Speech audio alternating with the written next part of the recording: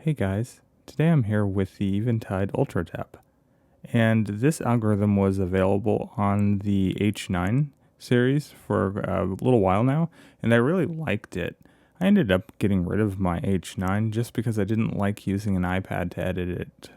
In this case, it makes it pretty simple because everything's on the pedal and easily accessible with 6 knobs and some shift functions. Speaking of 6 knobs and shift functions, that kind of seems a little familiar, Eventide. What's that all about, huh? I've had this pedal a few days, and full disclaimer, I paid for this with my own money. I actually had it overnighted because I was so excited. The only thing I was really missing from the H9, since I have a space, was the Ultratap algorithm, and now it's in a pedal, so that's awesome. So I guess we should get started with some of the things it can do. So here I have a patch that I made. It's a new patch. We're not just going to listen to that harp patch that I always use.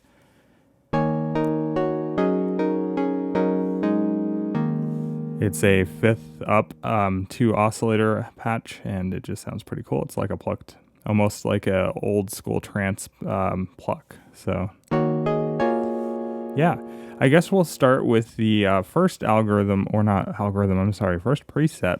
And the cool thing is it comes with these cards that you overlay on the top here where it tells you the knob positions of each of the presets. I'm not going to use that.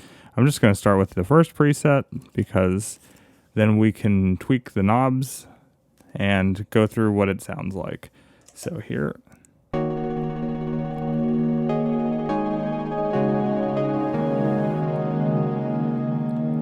There we go. It's a multi-tap preset with some Slurm, what it sounds like. And yeah, it's pretty cool.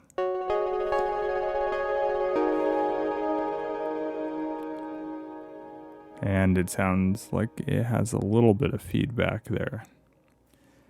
So you have a shift function. We'll get into that pretty soon. It's nice in terms of, unlike the Maris pedals, the shift function doesn't need to be held down, it latches. So it's a lot easier to use in my opinion.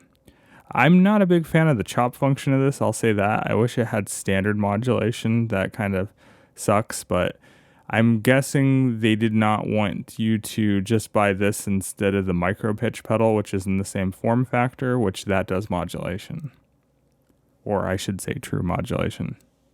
Let's take all these settings down here, turn off the feedback, turn the taps down to 1, we'll turn the time to like maybe around 2 seconds, and I guess we'll go into the alternate functions, turn the tapper to the central setting, and the spread to the central setting. We'll get back to that and we'll make sure that the chopper is turned off.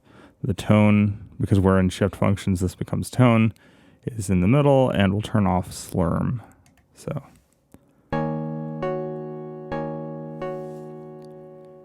yeah, so that kind of does exactly what the Polymoon does. When you're in one tap mode, it's just a mono delay.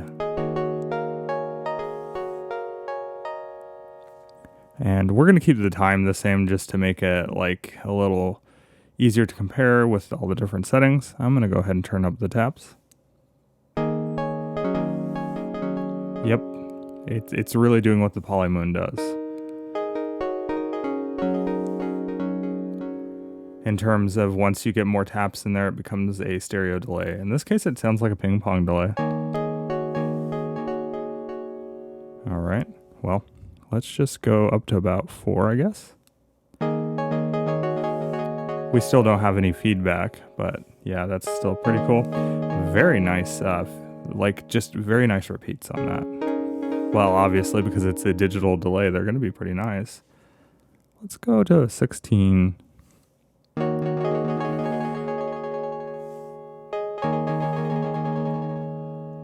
Yeah, that's pretty cool. Let's see. It's almost like the spread. Oh, maybe I had the spread set a little weird. Let's make sure the spread is set. I believe that's there. Okay. Tapper, let's... Yeah, so what was happening was the repeats were like bunching up, and we'll get into that soon. Let's go up to 64 taps. Yeah, that's awesome. It's almost like a dulcimer, like, you know, the if you do like a quick hammer of a dulcimer. really cool. All right, I'm gonna go down to a 16 so we can hear the spread function. So spread is set dead in the center, so all the repeat taps will be in the same position, so they'll be equally spaced.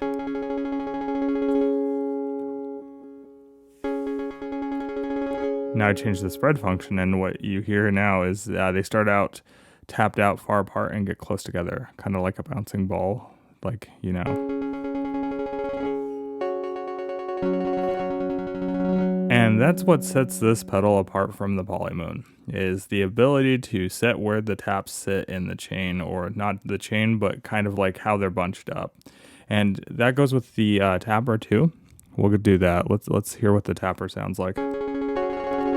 So the tapper controls the volume of how they're set. So if I turn it this way, the first repeats are going to be quiet and then they're going to get louder. And then if I go right here, it'll be the opposite. There's just so much use for that in my opinion.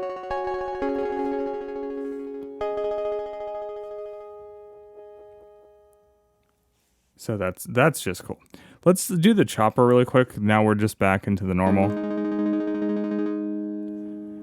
I'll go down to back to about 4. And we'll turn the mix all the way up to make this very pronounced. Chopper's off right now. I'm just holding a note. There's the chopper. So you can change the waves.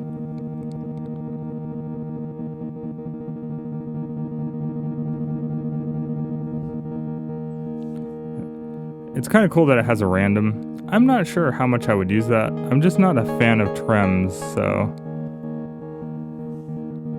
it's I like most effects, but I'll have to play with a tremolo or this just to see if I could ever really use a tremolo. So I'm not going to spend too much time on that because it's not that interesting to me. Might be interesting to you, not to me. All right. So trem is off, or the chop is off. Let's go ahead and switch. I'm also not going to get into the envelope function of this because that's kind of something we can do with a synth, so not a big deal. Okay, so chopper's off. And we've covered pretty much all the cool stuff it can do besides the slurm function. So let's go with just the 4 taps, right? All right. And here's where it becomes really cool because this thing can become an excellent reverb. Probably amongst the best reverbs that I own. It won't replace any of my reverbs that I really like, but in a pinch, this is like a delay that can do huge ambient reverbs. Okay, so we're in the shift function, so now I can slurm it. We're just gonna go all the way up. And as you heard, it's like you're just smearing the taps out and the repeats out. Let's turn off the slurm. The other thing that I forgot to mention is the feedbacks. So the cool thing about this pedal, unlike I believe the Polymoon, I haven't used the Polymoon in a few days now, but I believe that one self-oscillates, so correct me if I'm wrong, but this one sure does not. So feedback is all the way up. And I'm bringing up feedback now because we're going to use that for the slurm function in a second. So yeah, it never goes like past, it doesn't go over unity, so there's no gain structure to the feedback.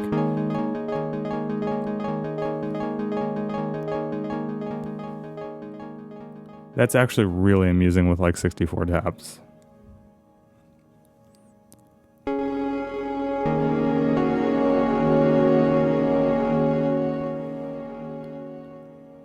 So yeah, kind of cool. I love delays that don't self-oscillate. I absolutely hate the sound of self-oscillating delays that go over unity.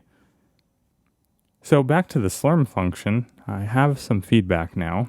We're at 64 taps.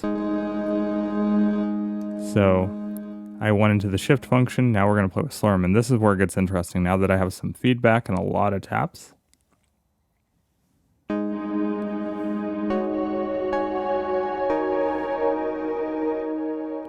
And I can also set the pre-delay, which the length controls. Let's turn off all pre-delay.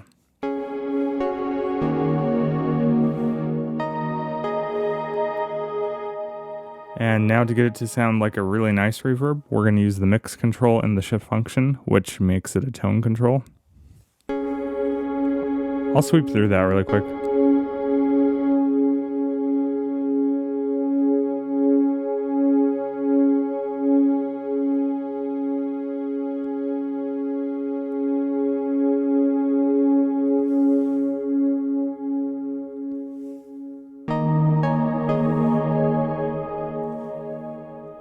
And when I'm using it as a reverb, I like to turn the mix down. Otherwise it gets a little overbearing. But like that, that's gorgeous.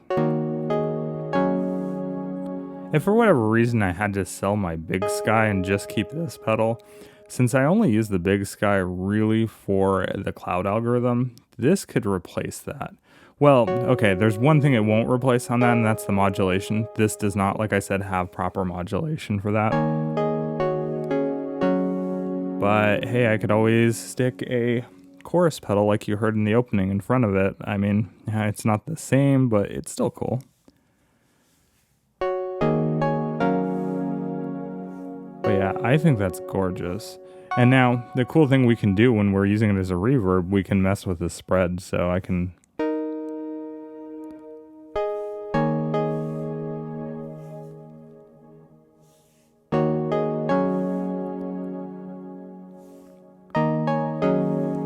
So we can get some cool like effects, like some blooming effects.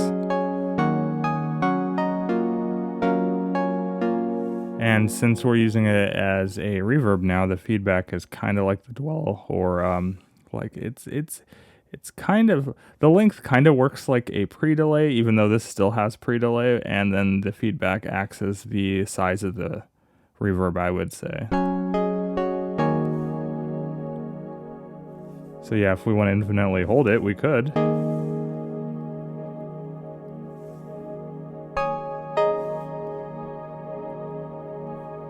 I think that's kind of cool.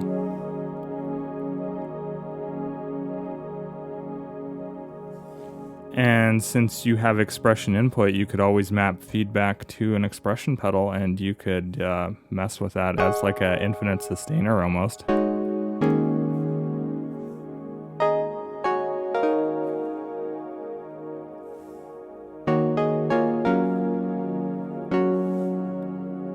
So yeah, and then we can mess with the tapper option too to make it a little different in how it handles the volume swells. I mean, you could do volume swells with the envelope on this too, but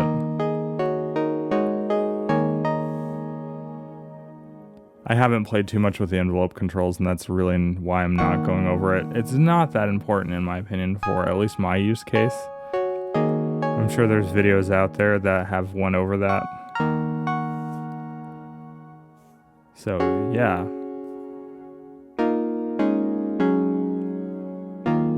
Wow, that just sounds amazing with a fifth like that, my fifth pluck.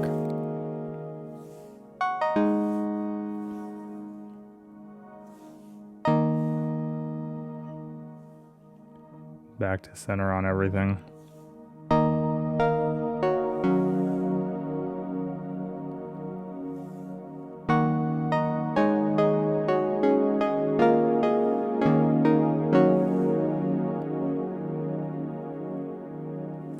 So yeah, and just some other things about it. So it does have line inputs and it does have stereo inputs. So it'll do line or guitar level. I have it set in guitar level. I haven't been able to get it to distort. I watched a Bo Beats video about it, like as soon as the pedal came out, just out of curiosity while I was waiting for mine to ship. But he said he got it to distort easily. I have not. Maybe he didn't have it in line level. I mean, I've even ran distortion and overdrive in the front of it. I've run a, the New X Horseman, and like an OD, well no, it was the SD1 and the DS1 in front of it and a rat, and it handled it just perfectly. But yeah. So I think the shocking part about this is just how good of an ambient reverb it makes, and it's not even a reverb. I mean, granted, most really good ambient reverbs are just multi-tap delays with awesome diffusion, but yeah, you get a lot out of this pedal.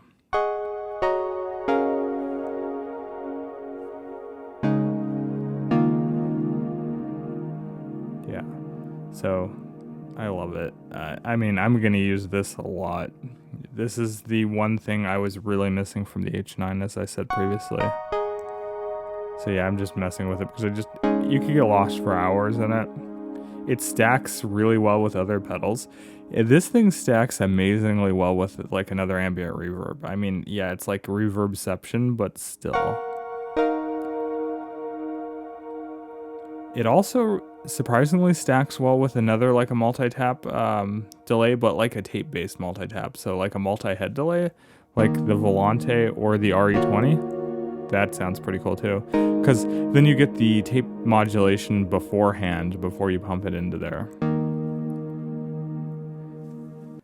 I know a lot of you are going to ask about, hey, which one do I get? Do I get the Ultratap or do I get the Polymoon? I mean, I've gotten it on a few threads on Reddit when I showed this off, and here just with the demo I threw out.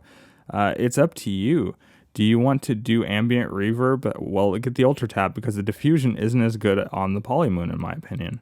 If you want any kind of modulation that's not just a tremolo or a chopper as they call it, it's more of a tremolo in my opinion. I mean, it doesn't do too much of the glitchy chopping, which would be cool, but yeah, I mean, maybe I haven't played around with it enough, but yeah, this is the pedal to get, the Polymoon, if you want modulation. If you want big ambient reverbs that can also do multi-tap, you get the Ultratap.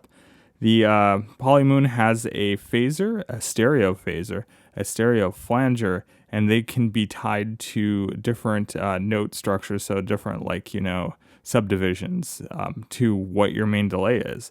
And that flanger sounds really great, and the phaser's amazing. It does that whooshy Jean-Michel Jarre stuff. Yeah, it almost does small stone territory phasing, but in stereo.